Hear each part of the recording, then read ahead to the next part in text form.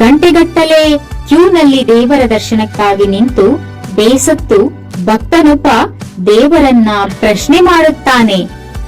ಓ ದೇವರೇ, ದುಡ್ಡು ಕೊಟ್ಟ ಭಕ್ತರಿಗೆ ಹತ್ತಿರದಿಂದ ದರ್ಶನ ಕೊಡುತ್ತೀಯ, ದುಡ್ಡು ಕೊಡದ ಭಕ್ತರಿಗೆ ದೂರದಿಂದ ದರ್ಶನ. ಇದು ಯಾವ ನ್ಯಾಯ ಭಗವಂತ ಎಂದು ಕೇಳಿದ. ದೇವರು ನಸುನಗುತ್ತಾ ಹೇಳುತ್ತಾನೆ, ಮೂರ್ಖ, ನಾನು ಹೇಳಿದ್ದು ನಿನಗೆ ತಂದೆ ತಾಯಿಗಳೇ ದೈವ ಸಮಾನ ಅಂತ. ನೀನು ಕೇಳಲಿಲ್ಲ.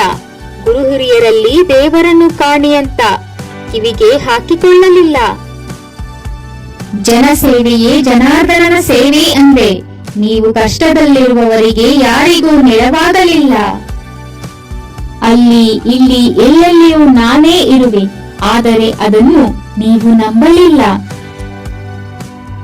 ನನ್ನ ಮೂರ್ತಿಯನ್ನು ಗುಡಿಯೊಳಗೆ ಇರಿಸಿ ದರ್ಶನದ ವೇಳೆಯಲ್ಲಿ ದರ್ಶನದ ದರವನ್ನು, ದರ್ಶನ ಮಾಡಲು ಸರತಿ ಸಾಲುಗಳನ್ನು, ವಿವಿಧ ಪೂಜಾ ವಿಧಿವಿಧಾನಗಳನ್ನು, ಅವುಗಳ ದರವನ್ನು ನೀವೇ ವ್ಯವಸ್ಥೆ ಮಾಡಿದಿರಿ. ಎಲ್ಲವೂ ನೀವೇ ಮಾಡಿ ನನ್ನನ್ನು ಕೇಳುವುದು ಯಾವ ನ್ಯಾಯ? ಹೇ ಹುಚ್ಚಪ್ಪ, ನನ್ನನ್ನು ಕಾಣುವ ಹಂಬಲ ನಿನಗಿದ್ದರೆ ಪಶು ಪಕ್ಷಿ ವೃಕ್ಷಗಳಲ್ಲಿ ಕಾಣು, ನಿನ್ನ ಆತ್ಮದಲ್ಲಿ ಕಾಣು, ನಿನ್ನ ತಂದೆ ತಾಯಿಯಲ್ಲಿ ಕಾಣು, ನೊಂದವರಲ್ಲಿ ಕಾಣು, ಈ ಸುಂದರ ಪ್ರಕೃತಿಯಲ್ಲಿ ಕಾಣು. ಕೇವಲ ನೀನು ನನ್ನ ದೇವಸ್ಥಾನಗಳಲ್ಲಿ ಮಾತ್ರ ಸೀಮಿತಗೊಳಿಸಬೇಡ ಅಂತ ಭಗವಾನ್ ಶ್ರೀಕೃಷ್ಣ ಪರಮಾತ್ಮ ತನ್ನ ಭಕ್ತನಿಗೆ ಉತ್ತರಿಸುತ್ತಾನೆ. ಯಾರೋ ಮೋಸ ಮಾಡಿದರು ಅಂತ ದುಃಖಿಸಬೇಡ. ನನ್ನ ನಂಬಿದವರಿಗೆ ಮೋಸ ಆದರೆ ಅವರನ್ನು ಮೋಸ ಮಾಡಲು ಮತ್ತೆ ಯಾವುದಾದರೂ ಒಂದು ರೂಪದಲ್ಲಿ ಯಾರನ್ನಾದರೂ ಸೃಷ್ಟಿ ಮಾಡುತ್ತೀನಿ ಅಂತ ಭಗವಂತನಿಗೆ ಹೇಳುವಾಗ ನೀನ್ಯಾಕೆ ಚಿಂತಿಸಿ ಕೊರಗುತ್ತೀಯಾ? ನನ್ನ ಮೇಲೆ, ನನ್ನ ಭರವಸೆಗಳ ಮೇಲೆ ನಂಬಿಕೆ ಇಲ್ಲವೇ? ಕಾಲ ಯಾವತ್ತೂ ಒಂದೇ ರೀತಿ ಇರಲ್ಲ. ಇವತ್ತು ಸೋತವರು ನಾಳೆ ಗೆದ್ದೇ ಗೆಲ್ಲುತ್ತಾರೆ.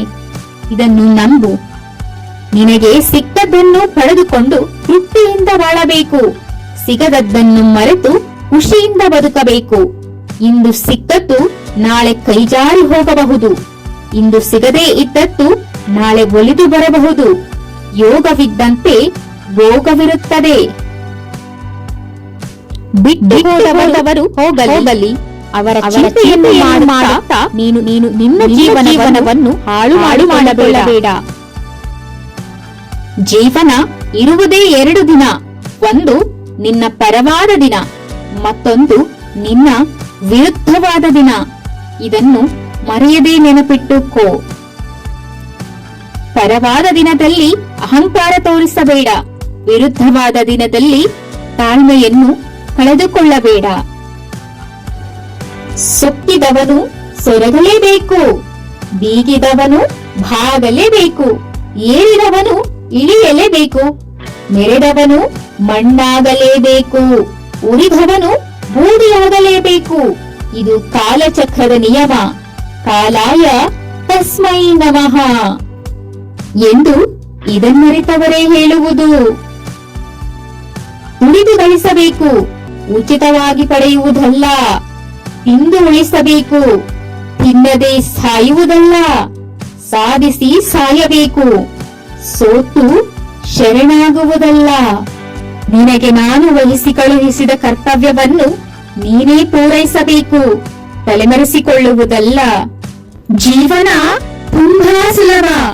ಅತಿ ಆಸೆಗಳನ್ನಿಟ್ಟುಕೊಳ್ಳದೆ ಕೇವಲ ನಮ್ಮ ಕರ್ತವ್ಯಗಳನ್ನು ನಿಭಾಯಿಸುವುದಷ್ಟೇ ಮುಖ್ಯ ಎಂದುಕೊಂಡಾಗ. ಜೈ ಶ್ರೀಕೃಷ್ಣ.